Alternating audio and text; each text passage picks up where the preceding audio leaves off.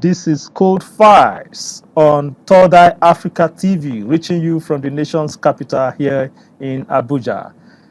Welcome to the program. Code Files deal with corruption cases and the corruption crimes, and of course, you know this is a crime watch channel, number one in Africa. Never has it before having a specialized channel that is focused on crime prevention, investigative reporting, of course, community safety.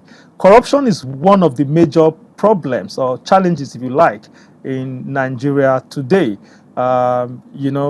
It cuts across all sectors, from the various arms of government to the levels of government, and even Nigerians in the private and public sectors, and even the artisans are not left out. And many corruption cases have lingered in our courts endlessly. And the correctional centers in the country is filled up with numerous,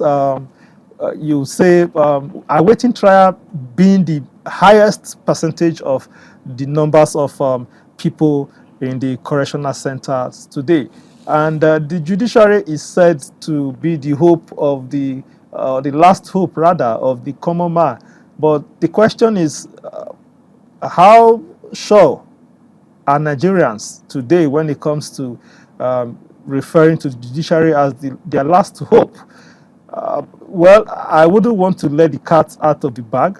Let me just take a pause here and give you a brief background of what we will be talking about today on the show. Then after then, I will bring in a guest who will be joining me in the studio to do an in-depth analysis on the program today.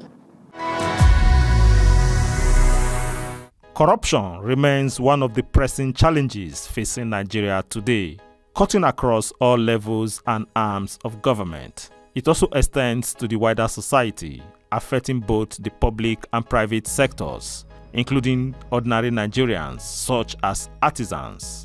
Many corruption cases have lingered in our courts for many years. The correctional centers are overcrowded with high number of inmates awaiting trial. The judiciary, they say, is the hope of the common man. But how hopeful should Nigerians be in the judiciary of today, where very senior legal practitioners are allegedly getting involved in corruption? In a New Year message, the Nigerian Bar Association Anti-Corruption Panel warned that unresolved cases are eroding trust in the justice system. The Anti-Corruption Committee of the NBA expressed worry over the silence and delays around high-profile corruption allegations involving lawyers. The Nigerian Bar Association Anti-Corruption Committee warned that unresolved corruption allegations involving lawyers are undermining public confidence in Nigeria's justice system and weakening the rule of law. The committee said that while the NBA recorded progress in institutionalizing anti-corruption measures in 2025, prolonged silence and delays around high-profile corruption allegations posed serious risk to accountability and transparency.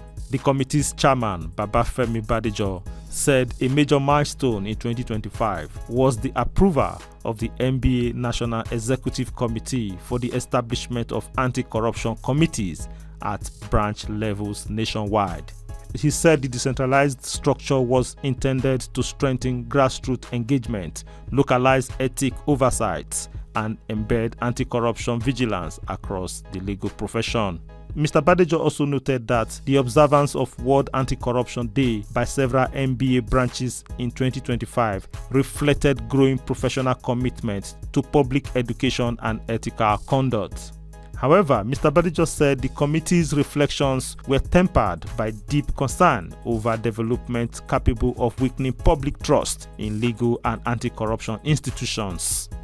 According to Mr. Badejo, prolonged and widely publicized corruption allegations involving lawyers have evolved beyond private legal dispute to become a broader test in Nigeria's commitment to accountability and the rule of law. He cited the 2025 case of Tali Shani versus Mike Ozekome, which was adjudicated outside Nigeria and involved allegations of forged document and identity manipulation raising concerns about implications for Nigeria's identity management and accountability systems. Mr. Badejo said while the Attorney General of the Federation's public announcement of an investigation into the matter was appropriate, but that the absence of follow-up communication, interim findings, or clear timeline for conclusion was damaging to public confidence. He added that such opacity undermined Nigeria's obligation under the United Nations Convention Against Corruption, particularly provision of transparency in public administration, civil service participation, and protection of whistleblowers. The committee disclosed that it formally offered technical assistance to support a credible investigation into the allegations, but received no response from relevant authorities, describing the lack of engagement as a missed opportunity to reinforce institutional integrity. The NBA Anti-Corruption Committee also aligned itself with recent remarks by the Chief Justice of Nigeria, Kudirat Kekere-Ekun, on the central role of the rule of law in combating corruption, warning that rule of law could not be sustained amid systemic corruption. For 2026, the committee said its priorities would include advocacy for transparent, time-bound investigations into corruption allegations involving legal practitioners, expanded ethics training for lawyers, stronger whistleblower protections, strategic litigation, and sustained policy engagement. It also urged members of the legal profession to assess aspirants for MBA leadership position based on integrity, policy clarity, and demonstrable commitment to combating corruption. Mr. Badejo said the committee remained committed to promoting accountability, transparency, and ethical conduct within the legal profession as part of efforts to strengthen Nigeria's justice system. I want to give the fight against corruption a rating of 30%. Even the judiciary that is supposed to be exonerated from this problem is now emasculated in this challenge. Corruption finds its way into the Nigerian judicial system because of the limitations of our law. There is an aspect of the law that is called plea bargain. 90% of our politically exposed individuals exploit that aspect of the law. It is only corruption that will make a judge look clearly to the public and to the individual who have stolen the country dry to say, I'm giving you an option of a plea bargain. Welcome back from that break. And this is Code Files. And I told you before I went on that break that I will not be in the studio alone as usual. I have a guest with me in the studio today in the person of Dr. Emeka Alaku. He is a sociologist, research professional, and a public affairs analyst. And he has joined me today to take a look at one of the numerous lingering cases we have in our courts today, and the fight against corruption in Nigeria and the role of the judiciary in this fight. Dr. Emeka, you are welcome to the program. Thank you for having me. I want to thank you for finding time to join me on the show today. It's a pleasure. Yes, if you had followed me from that brief intro I gave, I wanted to just begin by asking you your assessment of the fight against corruption in Nigeria today. That is getting me on the spot as quickly as possible. Yes. Okay, my assessment of the fight against corruption in Nigeria, I would want to put it in a percentage value. Okay. And by that I mean I want to rate the fight against corruption by values of percentage. So if we have 100% rating, I want to give the fight against corruption a rating of 30%. Over 100? Over 100. You might want to give me some... Yes. Give me some reasons. It means I'm categorically saying our fight against corruption in Nigeria is poor. Okay. We're not in the game as much as we should be. There are a lot of limitations that we have used our own legal system to tie our feet, and so we can't move as fast as possible. So our fight against corruption is poor, and we have to do better than we're doing. And I know that is not far from the many lingering, numerous unresolved corruption cases in our courts today. And what would you say is responsible for these high-profile corruption cases that has lingered in our courts, some for over 10, 12, 15 years that I can remember, that have been there for one reason or the other? So the response is simple. High cases of corruption have lingered because of corruption. So if corruption was not in the picture, we wouldn't be saying there are high cases of corruption allegations. Okay. You understand my perspective? Okay. Because the judiciary itself is corrupt. That is why we can begin to classify. That's why we can begin to say that this person is at this level and his case is at this level, whereas this other person is at this level. What I mean is that whoever goes to face the law should have gone there at the same pedestal, at the same level with every other individual. So we don't say this is high-level corruption case. Okay. Corruption has made us to classify. Okay. To say these individuals A high are profile. higher profile, whereas these individuals are low. And so because of that terminology, we have these people evade the process. Because you have classified, because you have ranked, you have stratified individuals before the law, which is wrong. Okay, so what, in your opinion, would you say is responsible for that classification? Corruption and the dependency of the judiciary. It's as simple as that. The day we take corruption out of the picture, the first thing that comes to mind will not be to rate or classify these individuals. The first thing is to look at them through the eyes of the law. Yeah, because Who are everybody is you? supposed to be equal before the law. Before the law. Because even the symbol of justice shows the scales that are supposed to so be balanced. everybody come to the law at the same level, but we have decided to scale. So why?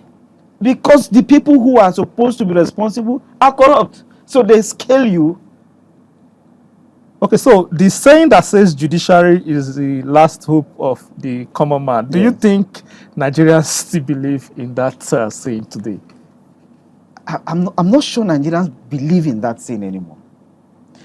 We still have situations where individuals from the middle down to the lower classes approach the judiciary, approach the courts.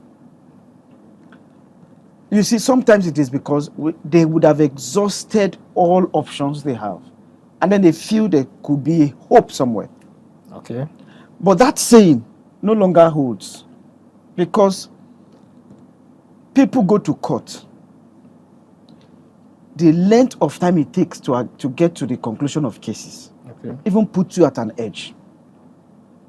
If you are going to court against individuals who you call high-profile individuals, you already stand a chance of losing that case before it even begins. Why? We are discussing corruption. This is the issue. Corruption is the problem. Okay. Even the judiciary that is supposed to be exonerated from this problem is now emasculated in this challenge. They are neck deep in corruption.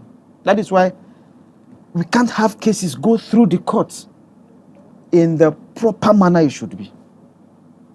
Judges and everybody responsible in processing cases in the court of law is looking for something they will get out of it. Do you have evidence to that claim? The evidence are all over the place. Like, how many cases can you point at in Nigeria that begins and ends within a specified time frame?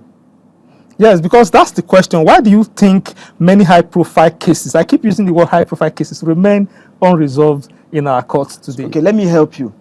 Because I have a problem with the concept high-profile cases. Okay. Many But I'm corruption sure cases, what whether you- they are what high or you- low, what but I you are- know many of the corruption cases Yeah. has nothing to do with the low, Yes, so what you're ordinary referring to, Nigerians. what you're referring to are politically exposed persons. Politically exposed person, correct? So these individuals Yeah. have their cases prolonged in court. Yes, for as long as almost endlessly. So I'm not a lawyer, But I can tell you that corruption finds its way into the Nigerian judicial system because of the limitations of our law. Okay. There is an aspect of the law which you might know that is called plea bargain. Yes. 90% of our politically exposed individuals exploit that aspect of the law. And when it is time for plea bargain, every other thing takes backseat. Yes, I was talking to a colleague of mine even before you came in.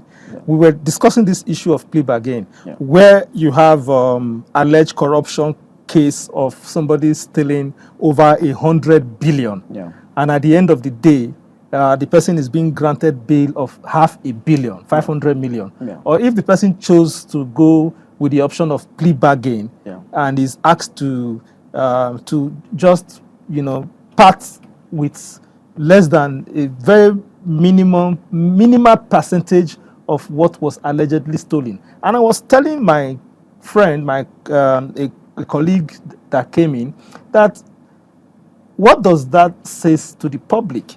If I embezzled funds of amounting to a tune of hundreds of billions, Yeah. and at the end of the day, I am to just use the plea bargain option to refund just a small amount of the.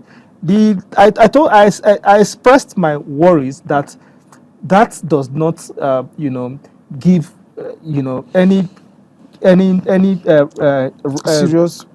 good signals Yes. to curb the attempt for more people to go into corruption, because people can as well just think, okay, I can just go steal some money, then I explore the plea bargain option. I was talking to a lawyer on this same set, and I expressed my worries. But what he said to me was that the judges are the discretion of this plea bargain Yes.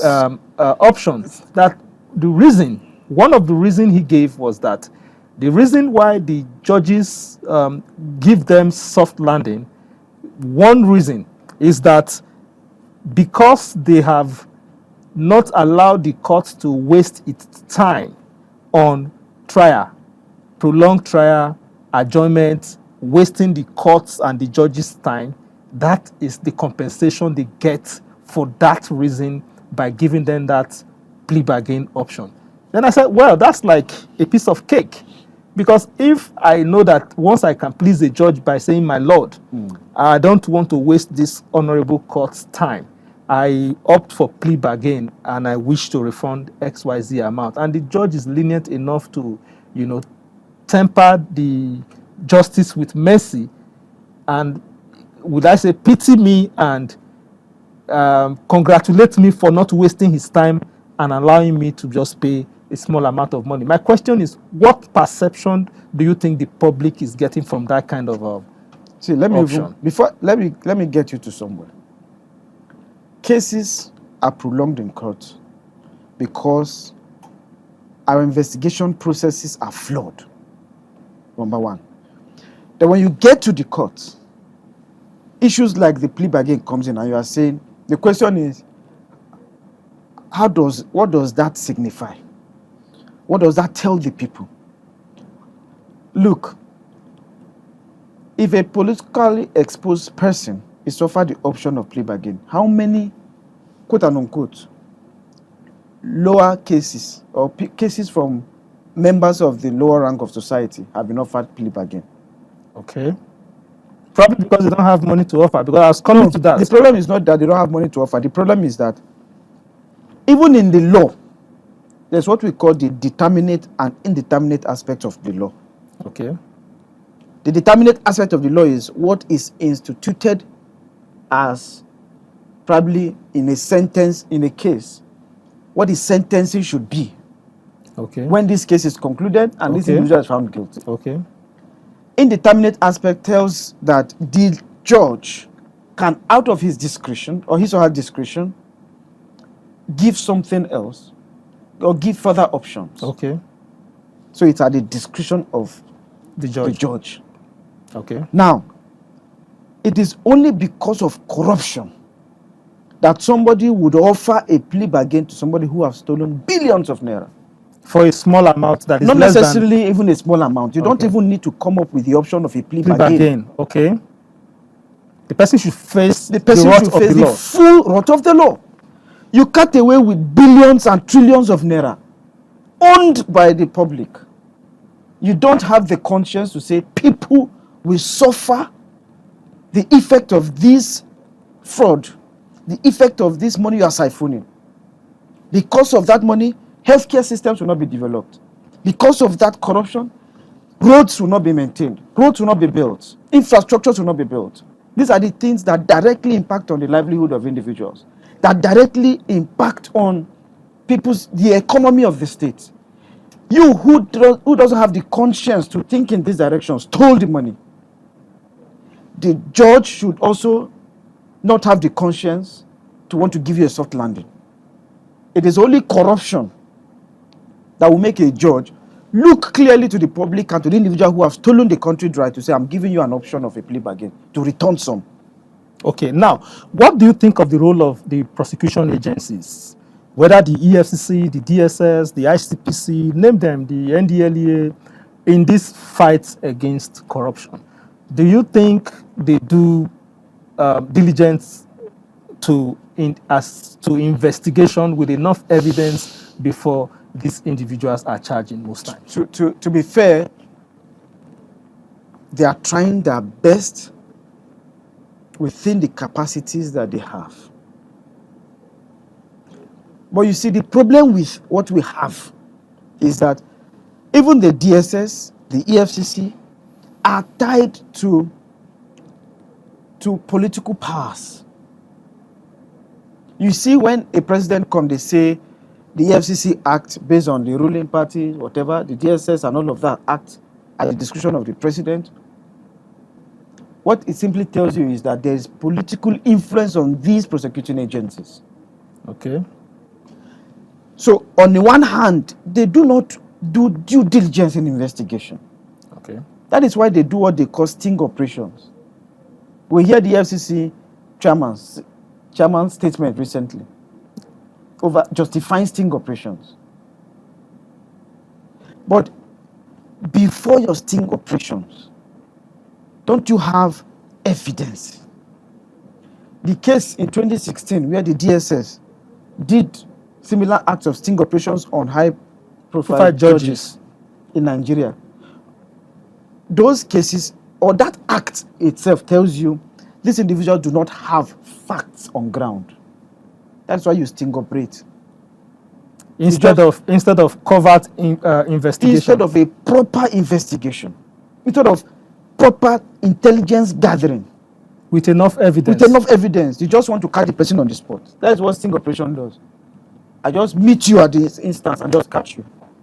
But while you are doing that, because you are a prosecuting agency, because you are of the law, you don't know they have committed crimes also. Why do you boggle somebody's house?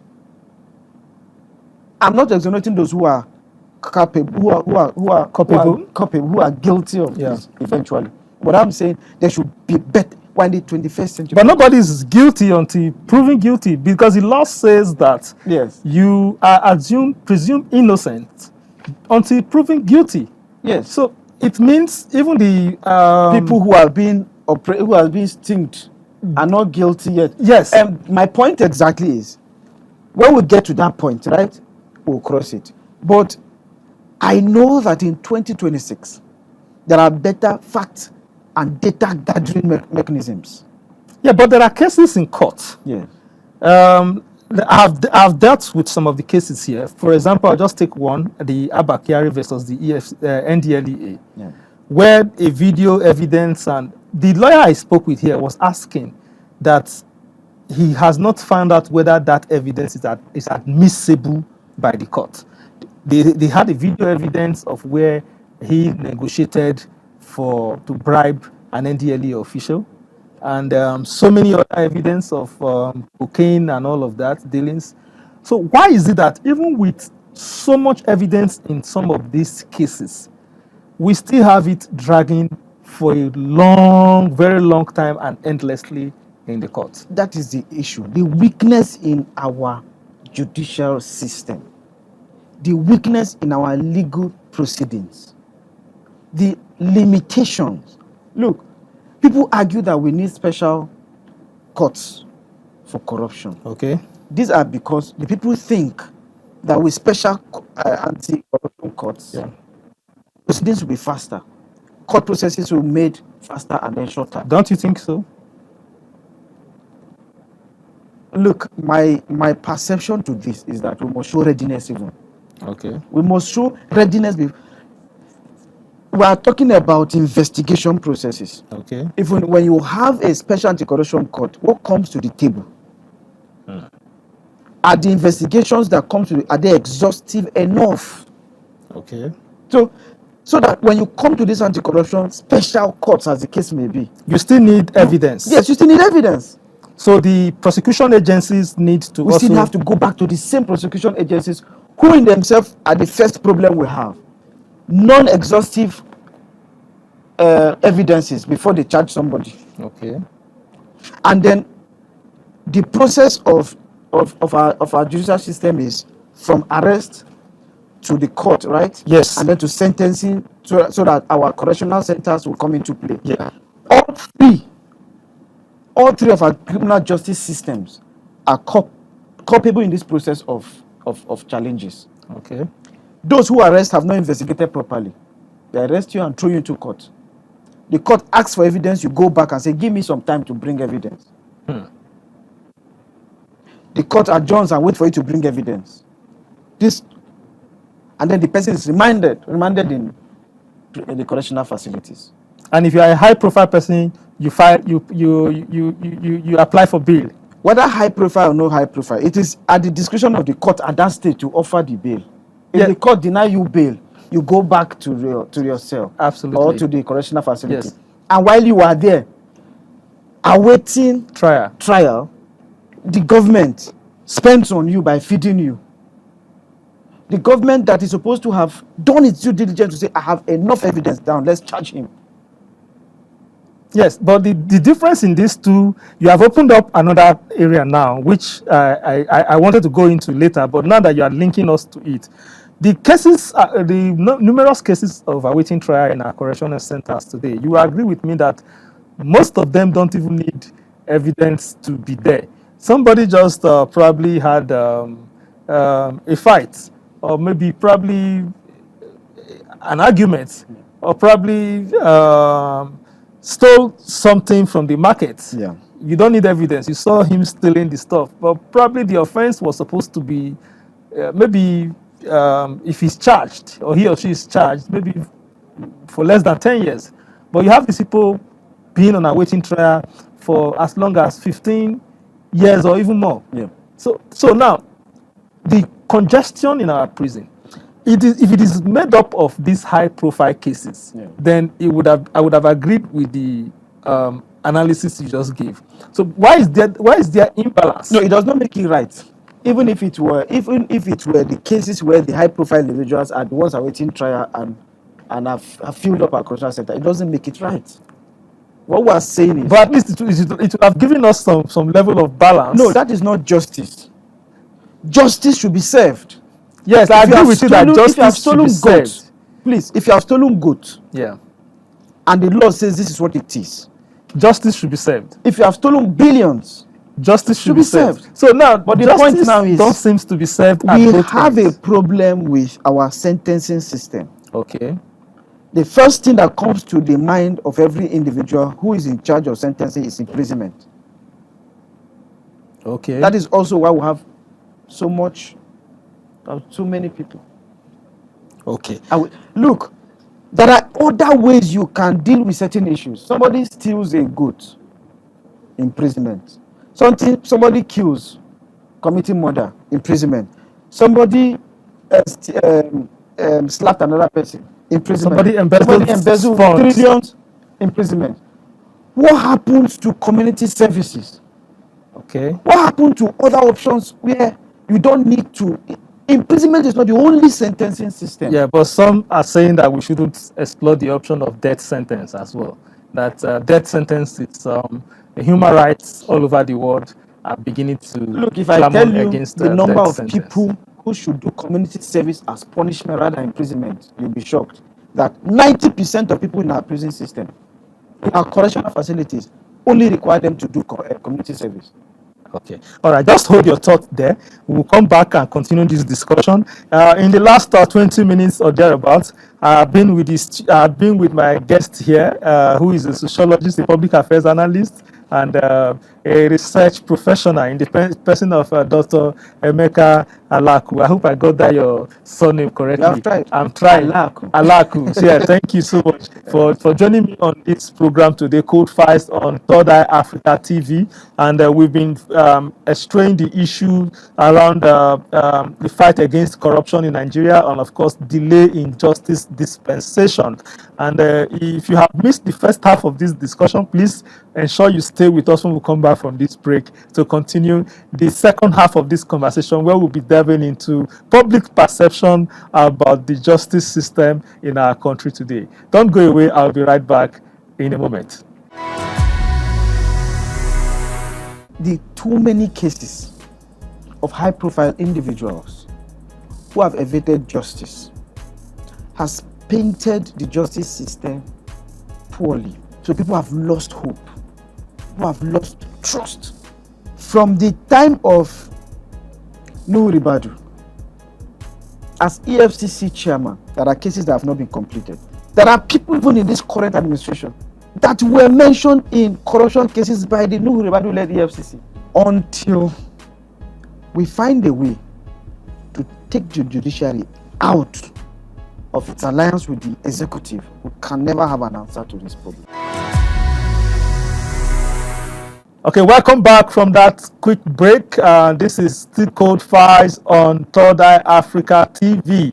If you have just joined us, this is the second half of the program, and I'm still joined in the studio with the professional in the studio who is a sociologist, a public affairs analyst, and a research professional in the person of Dr. Emeka Alaku, who has joined me to look at the issues surrounding the fight against corruption in Nigeria today. Doctor, thank you for your time. Thank you very much. All right, now we want to look at a public perception about the justice system. There is this saying in Nigeria that we always joke with in our local palace today.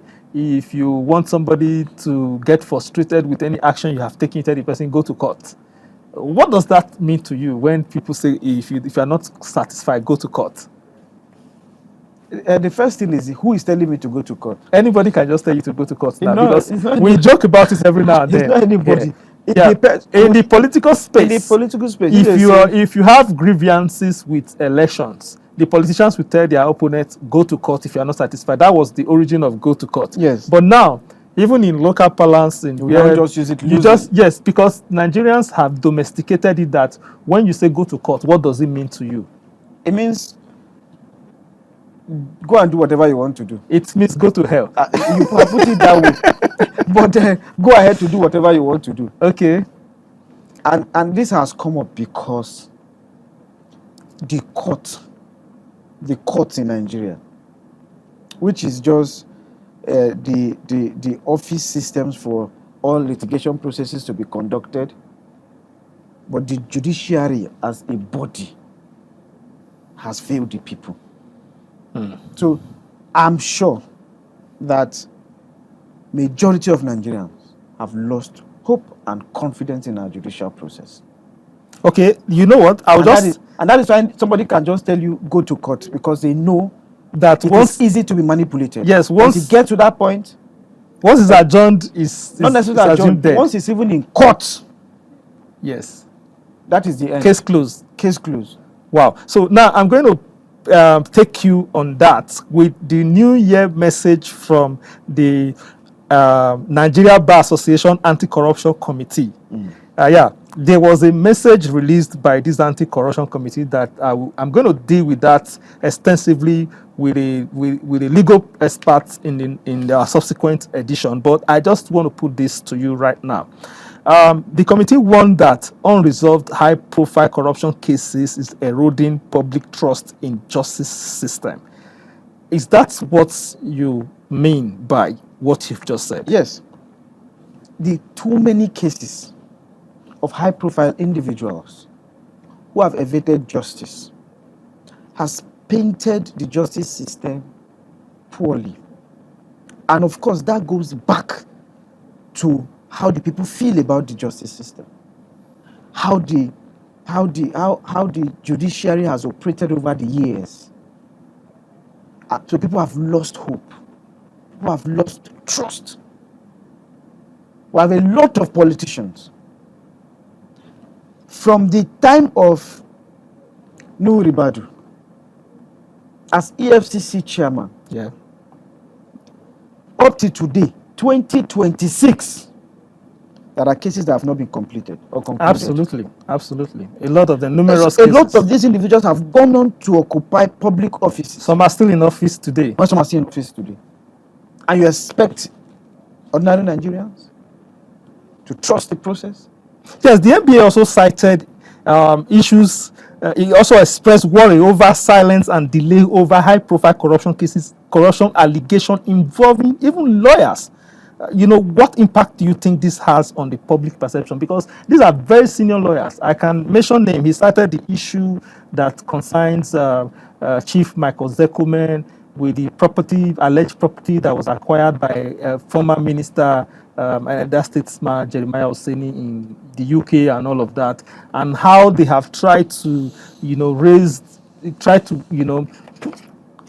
get themselves involved to ensure that justice is served and that property is forfeited to the Nigerian government. And at the end of the day, the deliberate, quiet silence and the lack of response and interest shown by the Nigerian government on that case.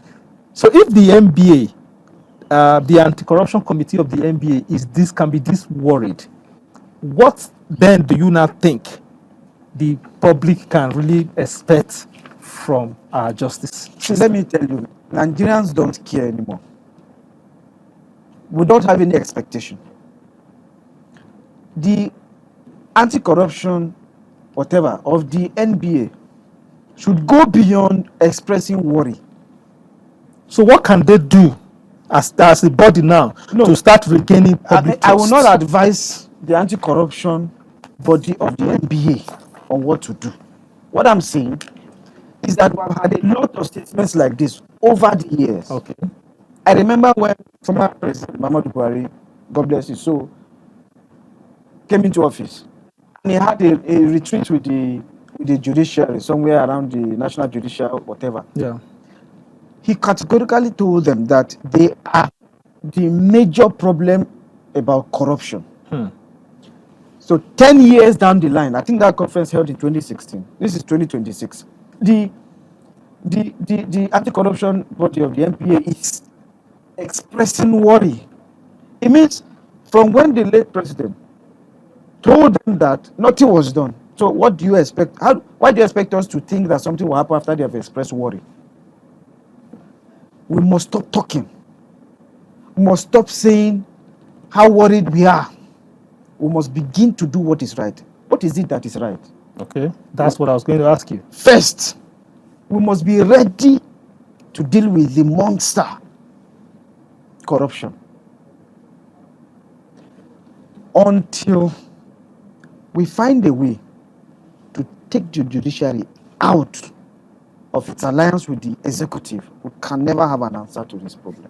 Okay, you have the opinion that the checks and balances that are supposed to exist between the executive, the judiciary, want to add the legislature, because there are supposed to be three arms of government. In my opening, No, if people don't lose track. Okay. I'm not saying the checks and balance. No, Okay. I'm saying Interference. there's an alliance. Alliance. Yes. Okay. The problem is because this interference is coming because of that alliance.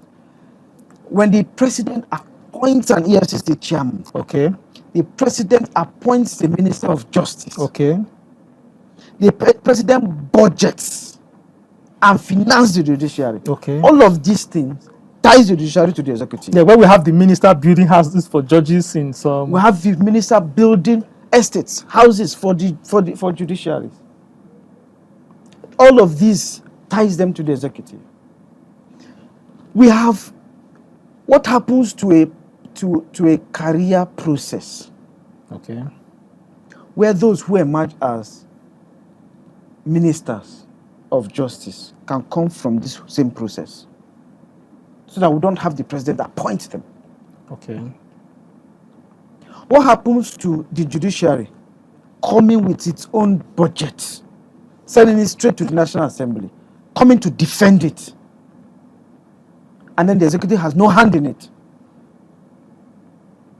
What happens to the fact that the EFCC can have its chairman grow from the rank, Okay. so that whoever emerges has no link to the presidency, has no link to the executive? When we start from these gray areas to fix this problem, then we can say those who are charged with responsibility of handling these initial processes will have a good time in office.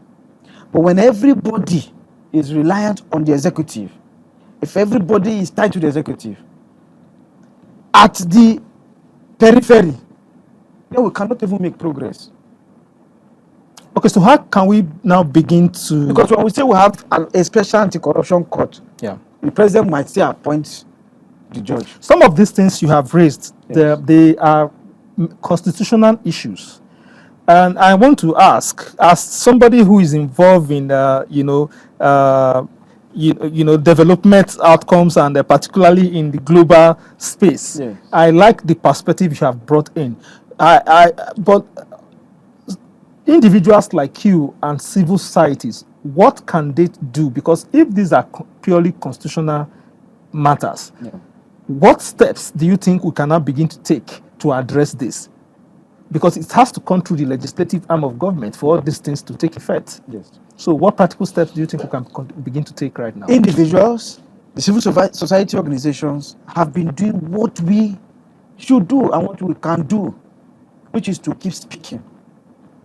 We have continued to, in 2025, I attended a couple of conferences where we tried to, within the civil society organization level, where we try to come up with papers, and we submit these papers to the National Assembly so that they can so that sponsor they a can be bill. incorporated into processes that will address some of the challenges we see and have in our society. That is the best we can do for now. Because when you submit to the National Assembly, what else can you do?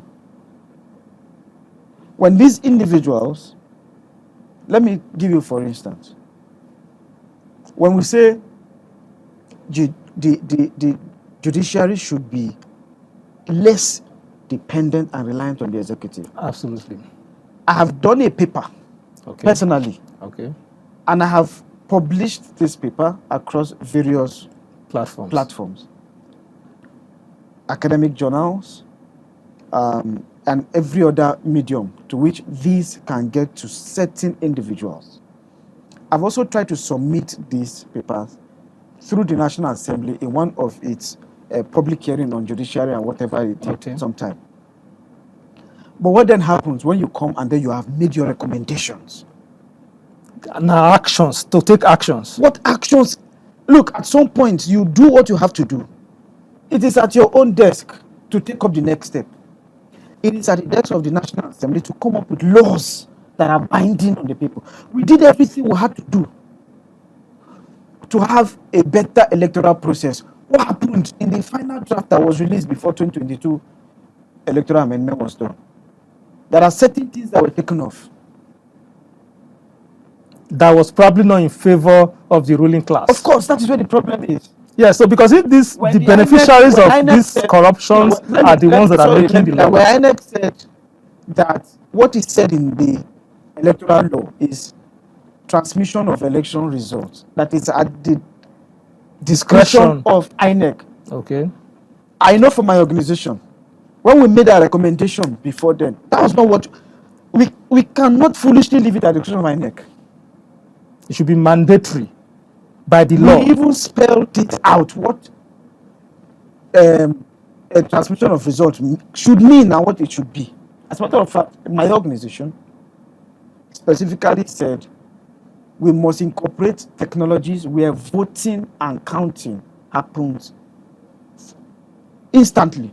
Okay, now let's leave. No, I'm just trying to yes. tell you that what we have been doing. Yes, what now we let have me to bring do. you back to this because we're gradually going to wind up this discussion now. Yes. But I don't want us to leave out the issue of the public perception about this present government or even past government in the fight against corruption. Some It has school been of thought, poor, some it is poor yes, as it is now. okay, yes, Yes. I've gotten that part of your response. Now, some school of thought are of the opinion that the fights against corruption have always been selective. Selective in the sense that any government in power, the public sees most of these trials as vindictive actions instead of actual fight against corruption. What's your take on that? I think if I have the privilege of coming back to this studio, You will. I want to say, let us discuss the issue surrounding what you call vindictive or selective trials. Try. Yeah. Because it's a whole different thing from, Yeah, you can just from discussing. Can you just squeeze that into this? If I squeeze that in, I will say our governments are not fighting corruption. Yeah, but how? Why? Because some school of thought also argue that let it be vindictive, let it be selective. Since government is comes and go, let this government that comes select the opponents and the people he feels they are not in his camp, as long as they have cases to answer and continue in that direction. Then when the next government comes, he continues in that. If you go in that direction, they would have totally lost the battle. Okay. Take it for instance, the current trial of the former Minister of Justice. Yeah, Malami. If he had not left the APC, would this have been happening? I don't know. You tell me. We don't know also. So if we go by that school of thought, everybody who sticks to the government of the day will not be tried. Are these individuals, whether vindictive or selective, have they committed these crimes? Okay. The facts That's the question. The facts we have seen have said they have committed these crimes. Okay. It is there for the law to prove itself and then sentence these guys. Yeah, because some say if they are not selected out of the many, like you have just tried to point out, why is it that some of those former governors and the rest of them whom have aligned with the ruling party also had these cases, and their cases are kind of almost forgotten? That's why from the beginning I said, if you look at it from that perspective, then we're not fighting corruption.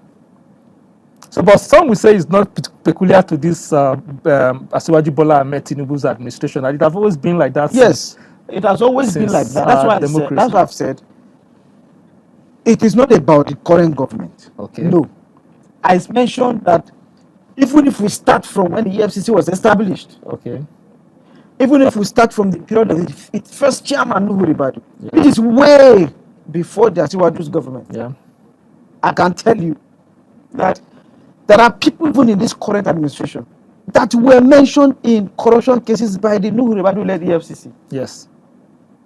And are still in government today. None of these individuals, but three. Yes, some say more than five because there was no enough evidence. Sentencing. Some of them said that there was no enough evidence to convict them. Some say they give you all sorts of reasons. So you mean 10, 15, 20 years is not enough for the prosecuting agencies to get evidence? EFCC has just released the statement. They are telling us that it behoves on the judiciary to prove somebody's guilt, whether somebody is guilty or not. And the painstakingly, that's the new one I saw as of today, that the painstaking process of collating evidence is responsible for the delay in corruption trial. So you have said two things. Yes. First, they have said it is left for the courts to prove. They said that in the case of Yaya Bello. Now, then in that regard, they have given enough evidence. That's what they said. That is what it means. Yes. Then now, the second part, I've said the second thing, painstakingly, that there is a painstaking effort taken to gather enough evidence.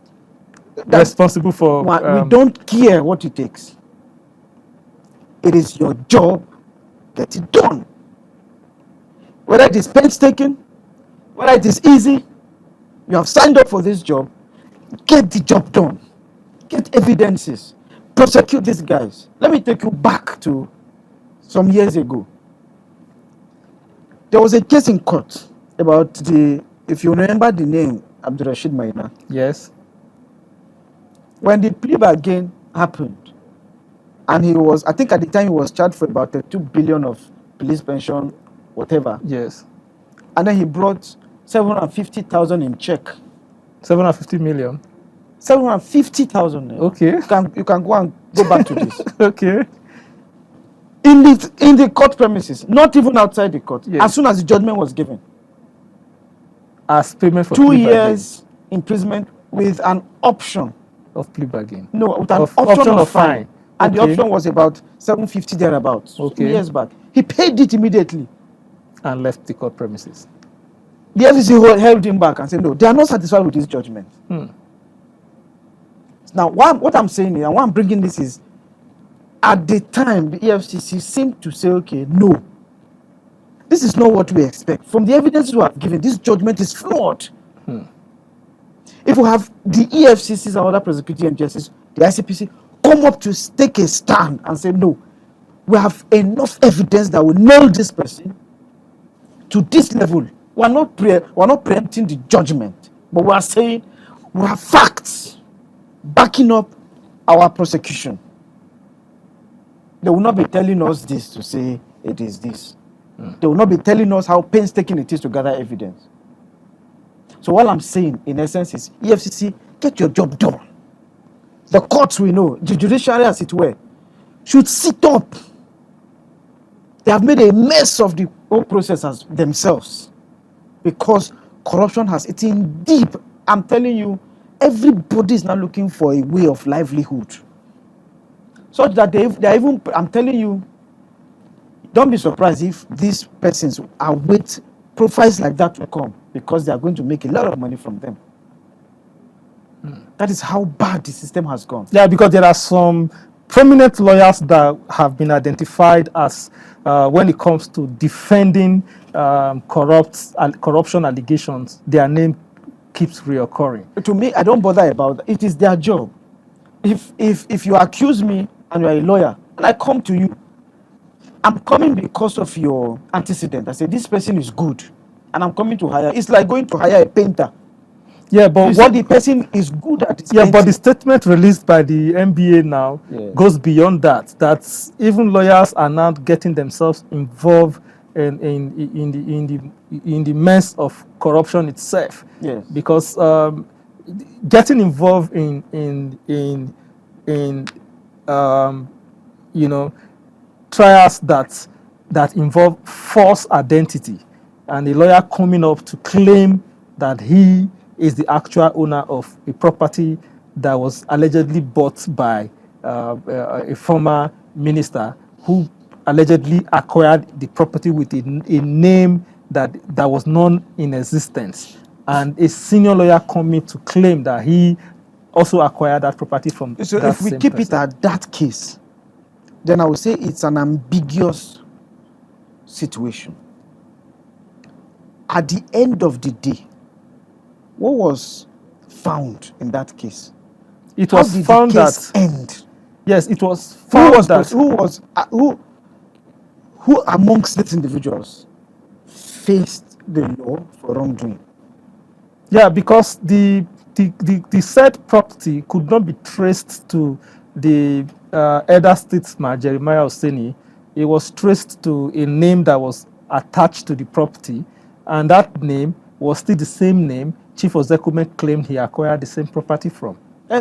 So my point now is, at the end of this whole process, was anybody found guilty of a wrongdoing? Not really, because when it gets to that point, the property was supposed to face forfeiture. Yeah. Because in as much as the property was acquired with Nigerian government's money, and it can be traced to be Was owned it by Nigerian. established? Was it established in plain paper that the property was acquired by Nigerian? Yes, it was owned by a Nigerian, but who owns the property? Was it established that Nigerian wealth was used to buy this property? But how else do you want them to establish it? That is the problem. Where I'm headed is that Because it was not even tried that here, it was case- tried in yes, the UK. in the UK. Even that case didn't give us a logical conclusion. Yeah, but where it ended was that Nigerian government was supposed to push for forfeiture of that property to the Nigerian government, because Nigerians were involved in the case. It was a triangular between Jeremiah Oseni, Chief Ozekume, and the Talit Chani, that was the name that was mentioned, that allegedly owned the property. Yeah. You know, and Ozekume came and said he acquired the property from this said Tali individual, and the court established that there was nobody that name, that individual does not exist, whether as a he or a she. So now that property was supposed to be put on forfeiture. So giving the Nigerian government the right to Own the property. My question is, why did the Nigerian government not do that? Yes, that is the worry of the NBA So instead of anti-corruption expressing worry, chairman. they are of the NBA. They know what should be done. So why don't you get to work? That is what I'm saying. If something has been done wrongly, a legal system should be put in motion.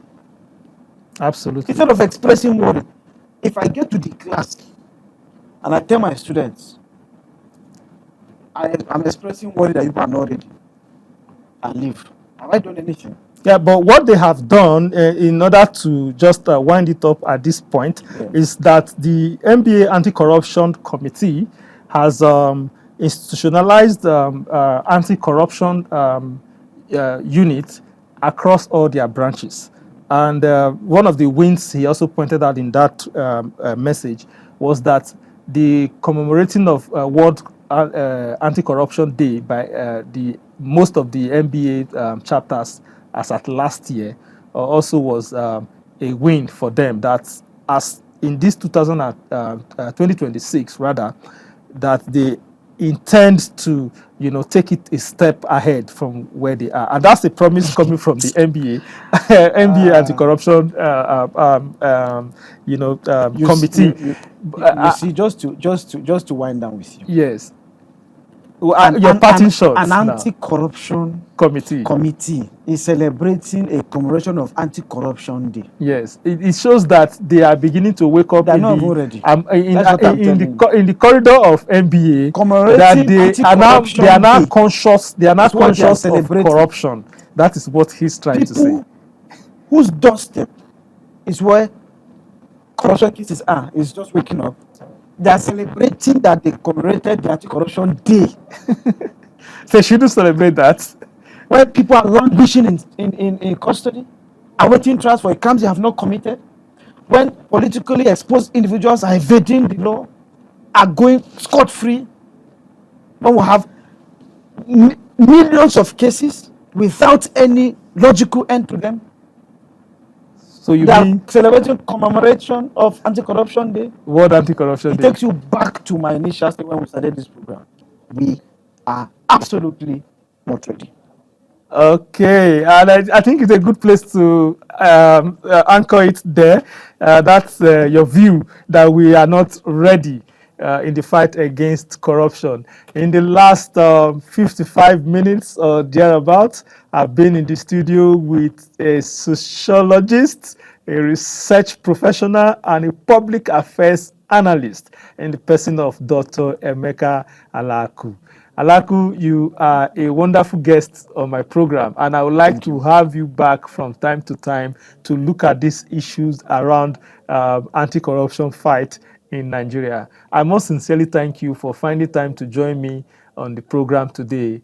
You are so much. You have so much added value to the conversation around the fight against corruption in Nigeria. Once again, I want to thank you. Thank you so much for having me. All right, that is where we'll be drawing the curtain on the program today. It behoves on the NBA and the judiciary as a whole to take the bull by the horn in the fight against corruption in Nigeria. I'll come your way again on same time, same station on the program Code Files on Third Eye Africa TV. Till then, my name is Charles Agedo. Keep watching Third Eye Africa TV.